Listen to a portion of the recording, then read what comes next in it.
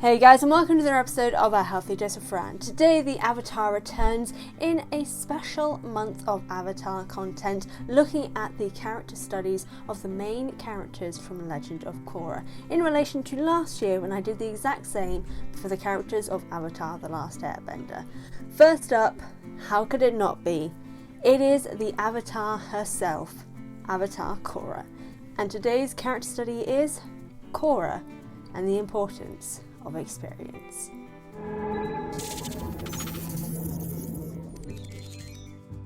Just from that intro, I've just realised that title of importance of experience may sound a little weird, but it is definitely something that is integral to Korra's character growth and her character as a whole.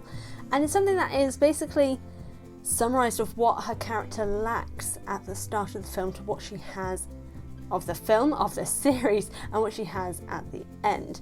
And that is her whole character growth, is that of experience and learning from past experiences, and just everything about her is all about experience. So let us start at the beginning, when she is discovered to be the Avatar at age 4/5 is usually around the time people assume, and is taken to training grounds in the South Pole and is trained there for the next 12 years until she is about 15-16 years old.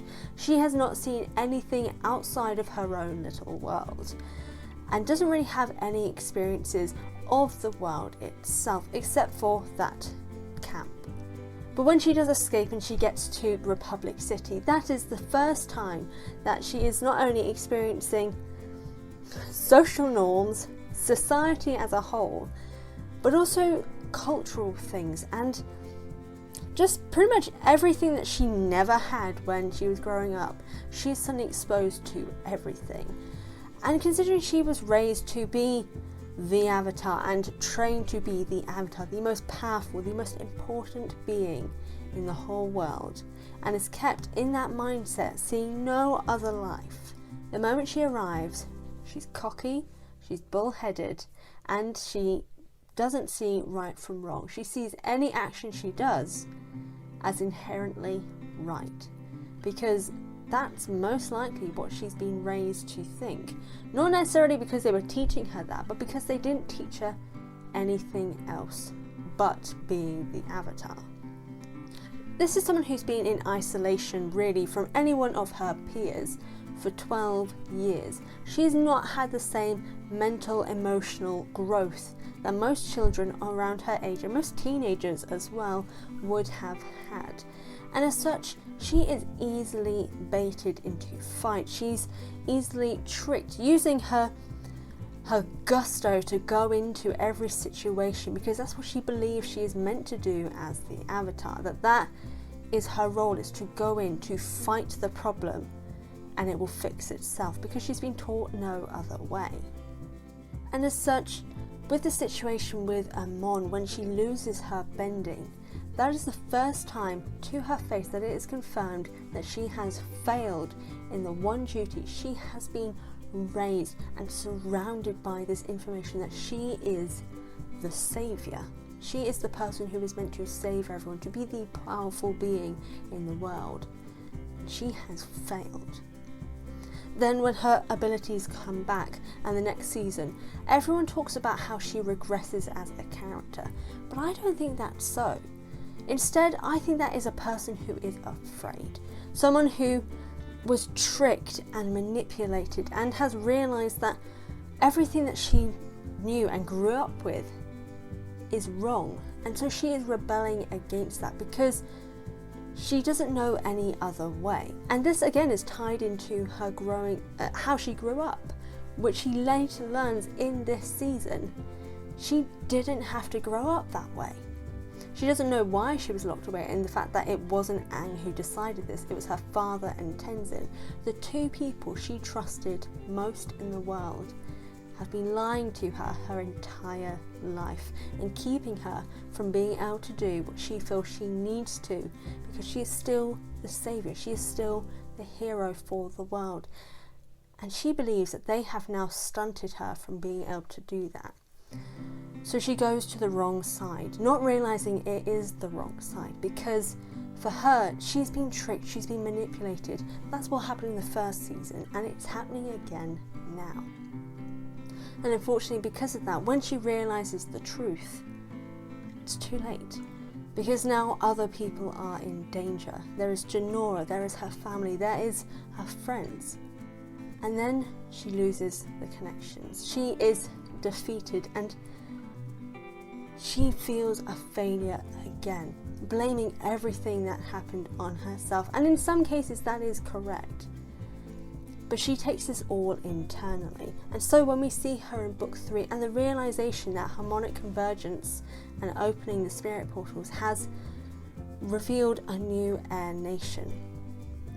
And it's here that Korra has realised there is something I can do. All these experiences, all these things that I failed at, I can now implement here and I can do better. I can protect this air nation. I can make up for not being able to connect with my past lives by fixing the thing that Aang wanted most, his people. So she focuses all her energy on protecting the air nation, to the point that she again puts herself at risk. Because she believes that her job now is to protect all these nations, especially the one most at risk, the air nomads. And then she is physically and mentally broken, to the point that she nearly dies. And at the end, she is told, don't worry, we don't need you anymore. You can recuperate and we can do the job for you because we don't need you. And we know that wasn't the intention behind Tenzin's words, but imagine this from Korra's perspective. She has continuously seen that she has failed. She has continuously fallen into traps, whether intentionally or not, but her experiences have led her into these things. Her lack of experience has led her to these things. And now her mentor, the man that she looks up to, has told her, we don't need you. And she's going to take that to heart, because this is what Korra does. She is an incredibly caring and emotional person. So these words, she is going to take it to heart. And that's what happens. That experience of being told, we don't need you, we can do this, leads her to disappearing for 3 years. And disappearing completely from everyone for 6 months.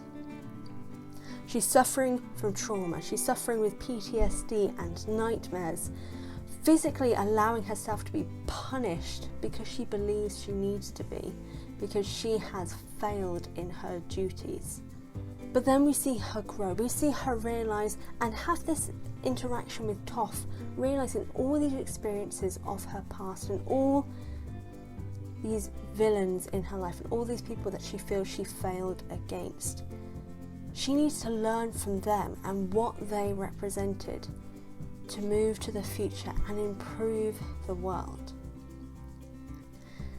And that's when she has her goal. She's used all of her experiences from the last 3-4 years of her life and is moving forward to make a better one. She takes on Kuvira, but in a different way, a way that we've never seen from her before. And it's with compassion. Yes, they have their physical fight, but in the final moment, she won't let this enemy die. Something that she wouldn't have done to start with. She would have let her enemies die the moment she could. But now, she goes out of her way to save someone, to show them kindness, which in turn leads to Kuvira's surrender.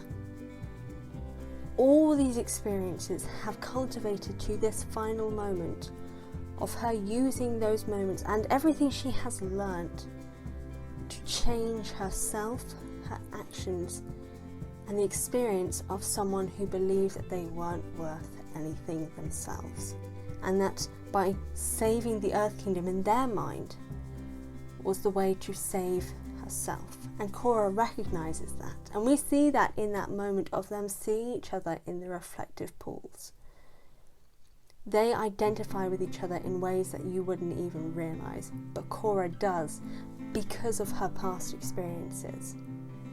And now she moves forwards, and in the final moments we hear her conversation with Tenzin.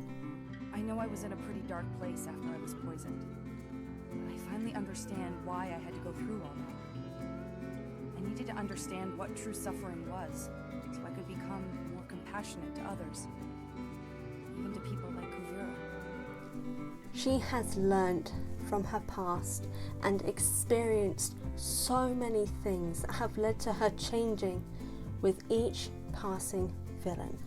And each villain has left an experience for her to work on for all future villains and all future battles that she may face. Korra has truly learnt the importance of experience. And that is episode 1 for The Legend of Korra character studies and the start of Avatar month. I'm really excited for you guys to see the rest of these, and I can't wait to do them and release them. So be sure to hit the subscribe button now and the notification bell to be notified when these videos do come out. Oh, it's going to be good. As always, I want to thank you guys so much for watching this video. I really do appreciate it. In the description box down below, find the links to all of my social media, my merchandise store and my Patreon. Again, be sure to hit the subscribe button if you haven't already, and I will see you guys next time.